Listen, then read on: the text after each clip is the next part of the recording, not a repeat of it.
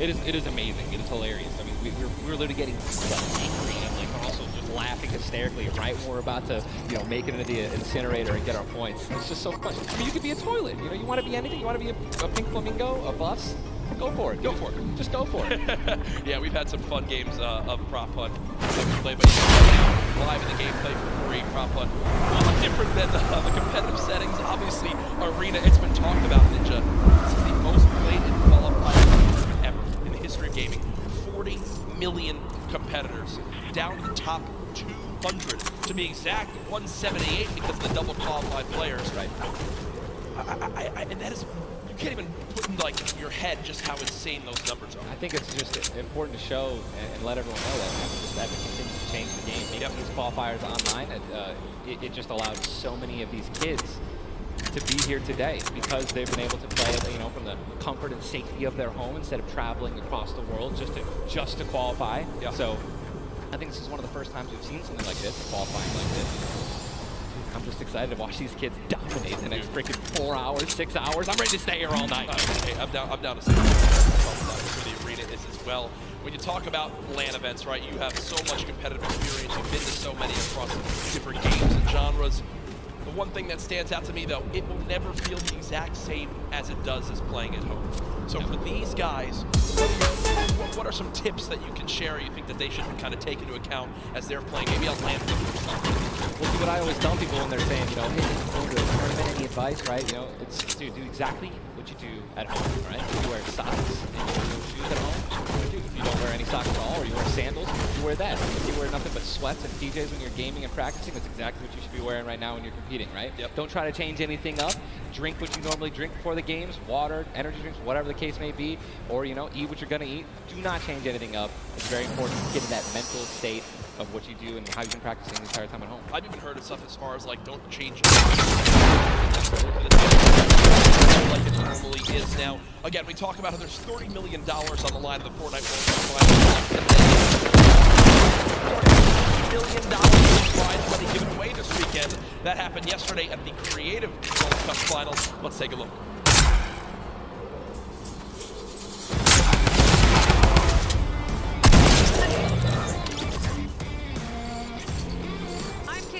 And we're here in the player lounge right now, joined by the winners of the Creative World Cup. First of all, congratulations. Now, Scissors, how does it feel now to solidify that title? Kind of awesome, considering I love creative mode. Driving is awesome. I love it. Now, Tyler, did you ever believe that you guys would secure the position here today? Yeah, I always knew we had it in the bag. We're the week 1 qualifiers. We're the most stacked team. There was no competition. Just when the last map was a death run, clutch up and he did just that. You could tell he lifted the finger. He said, we need 1 coin. Just grab this coin right down here. If he can do this without being eliminated. There it is. Oh, someone gets it with the capture. You realize that that one jump won this group here an extra $1 million. It's unreal. If you want to practice with death runs, you need to like do it slow. Don't go in blindly, like try and like change everything you do every time you fail. Suzu, can you see yourself doing even more with creative? I mean, the success of today. Will you continue to go and play creative maps? I think I will definitely stay consistent with creative because I feel like there's a lot of potential in creative still. And yeah, definitely this is my thing. But I want to go down the line and see what each of you guys plan on doing with that prize. I'll probably end up like saving most of the money, maybe like some investment. He's 18. $336,000. What are you going to do with the prize? Rent? Rent.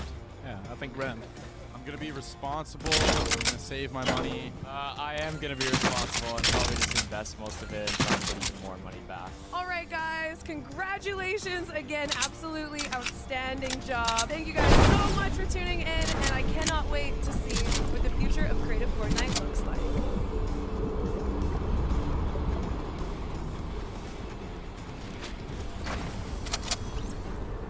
The Creative World Cup Finals, so much fun yesterday. Again, congratulations to Scissors and his team. $1.3 million won.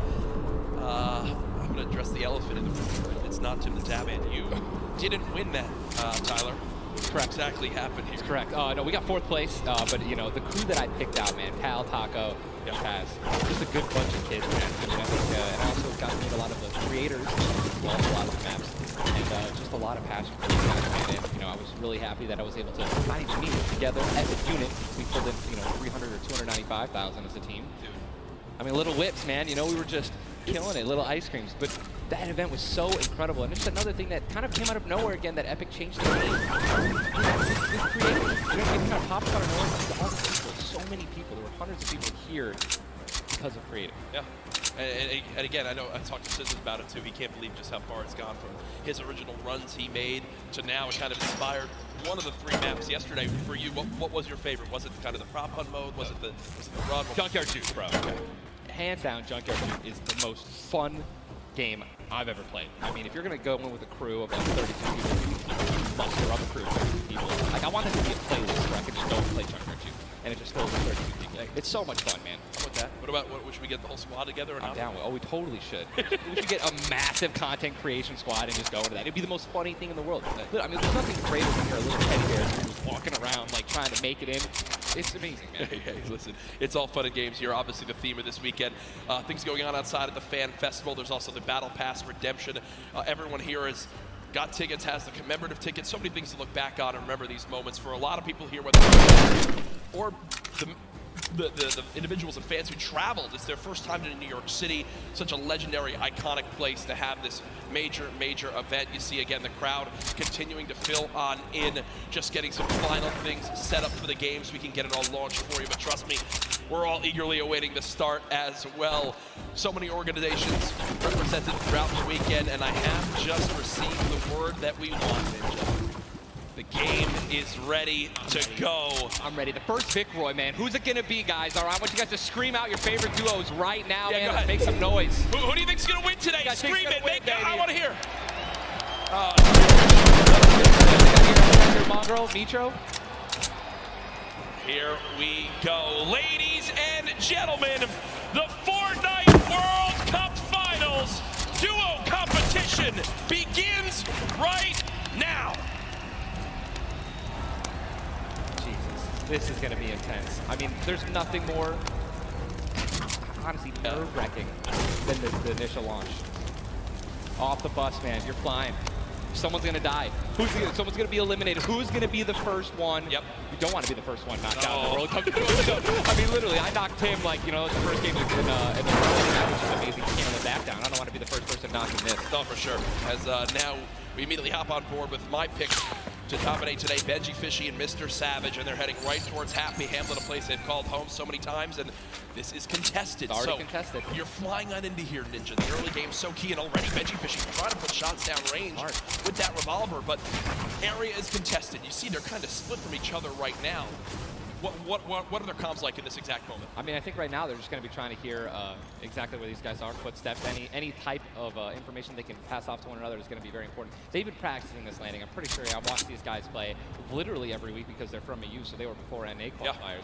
And yeah, this is exactly where they normally land. Savage and Benji, they don't always land on top of one another. And you're honestly at a disadvantage if you do land in the same house because you're going to be getting less shields of one another, right? Less chances of getting shotguns and things like that. And I'm just interested to see how they're going to play this out. Are they going to be aggressive?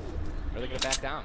Well, we just saw the first zone has been revealed. It is the north side zone. So Happy safe full of peak frosty lucky landing, unsafe. This fight, 98 players remaining right now in this game. Now we mentioned the increased material farming right now. So we're getting a couple trees. You're getting 20, 30 materials like it's nothing. Let's shift our focus though towards the middle of the map here at Dusty Divot. And it looks like Landjock and Punisher go out very, very early in this first game to Tetra and on the flip side, the new Rogue members. They're wasting a lot of material right now. You can already see it. You've got only 100 maps left. That's 10 builds. These early game fights are always so detrimental. You have to be particular how many maps you're going into. You're trying to ramp rush somebody because if you make it there and they shoot you out and have no maps, I mean, you're left with literally nothing to protect yourself with. And look at the advantage that you now have. Tetra hasn't had any shields, but because 2 eliminations come on through, he gets both. That's 50 shield per elim, putting him at max HP, and now he can completely change how he takes this fight. It's not like the normal games where you're still stuck at 100 health and you might second guess what you want to do. You might play a little more passively. No, because of those early elims, they now have Dusty Divot to themselves. They pushed out the Asian duo pushing towards that top Dusty Divot side of XXM and Mend. And now they're sitting pretty. Divot all to themselves. They've got metal galore here as well as wood. The one material that really be lacking is going to be stone. Yeah, definitely going to lack stone. They can get a fine metal, which is going to be their most valuable asset here, landing in Dusty. What I'm just interested to see is, you know, they have no rotation items when you're looking over there, so hopefully they find something that's going to help them rotate later. There are no balls that spawn in Dusty, so no ballers. It's going to be very difficult to make it to the late game if you guys don't have some sort of crazy rotation. Shadow bombs. Here's another fight going on towards Fatal Fields, and with how these players down low who are already just on white HP are in a tough spot, and there it is. Scarlet and his duo Bell get the quick elimination on the Rush. That's going to push back Rush's duo into Fatal Fields and try to hide for the moment.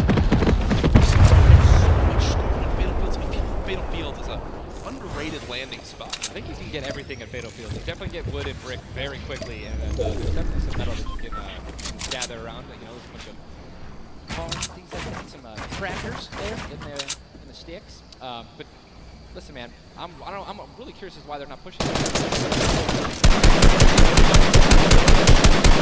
Yes, Sizz is by himself, but we've all experienced how easily you can hide in that brush there in the corner. These top players who land Fatal Fields know how to actually navigate the loop in the court without breaking the court. I'm not good enough to know, but there's a certain path you can go on, and Sizzlucky will actually be able to go back and pick up Rush's card. So this is key. I think you should go for Reboot it. bans, remember, you get brought back. You only have 100 HP and a common pistol. That will bring a lot of attention over. If you are Scarlet and Bell, are you sprint back over that fight? I think so. Now across the map, though, an engagement going out between KBB, Yuang, and their duo up against Vinny and Zexro, and there's the knock right there, Ninja. Drum shotgun's very powerful. It's definitely underrated. You can get inside somebody's one-by-one right there. I mean, there's another knock with a drum shotgun, just absolutely wreaking havoc. Yuang trying to take this wall. I think his teammate is not going to be able to stay alive.